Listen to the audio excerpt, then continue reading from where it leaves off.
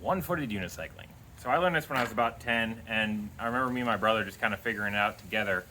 Now the way that I learned it was that when you had some momentum going, and the foot, for me, which was the right foot that you're going to leave on, you would wait until you were a little bit past, 12 o'clock, and you're going forward and you have some momentum.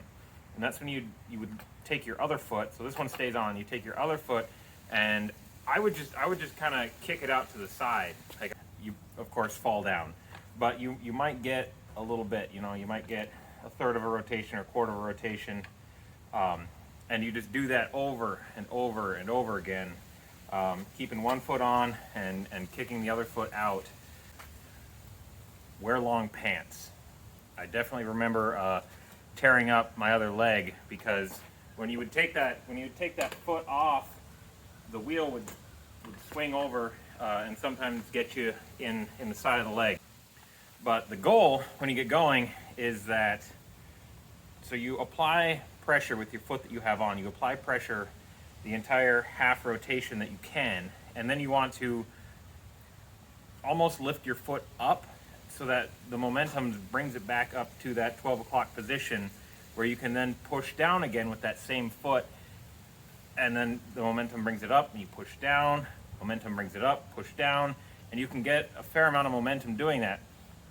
Now, just because I learned by kicking one leg out does not mean it's the best way. That's just how I learned. I was 10 years old, this was pre-internet, so you couldn't Google how to one-footed unicycle.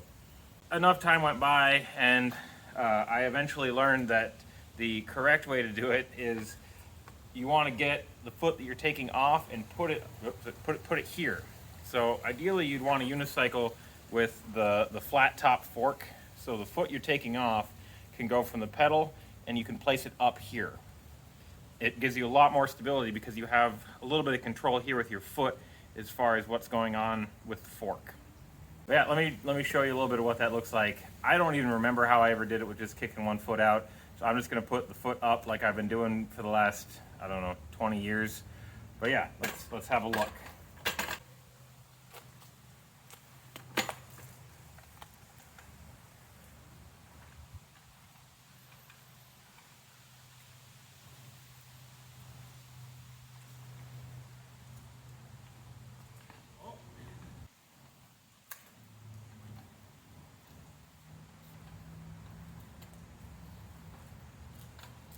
Do that again.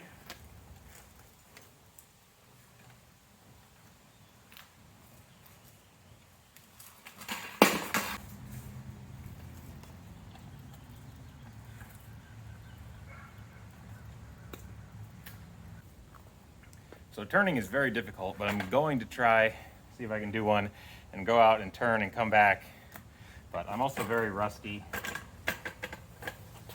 So let's see what we got.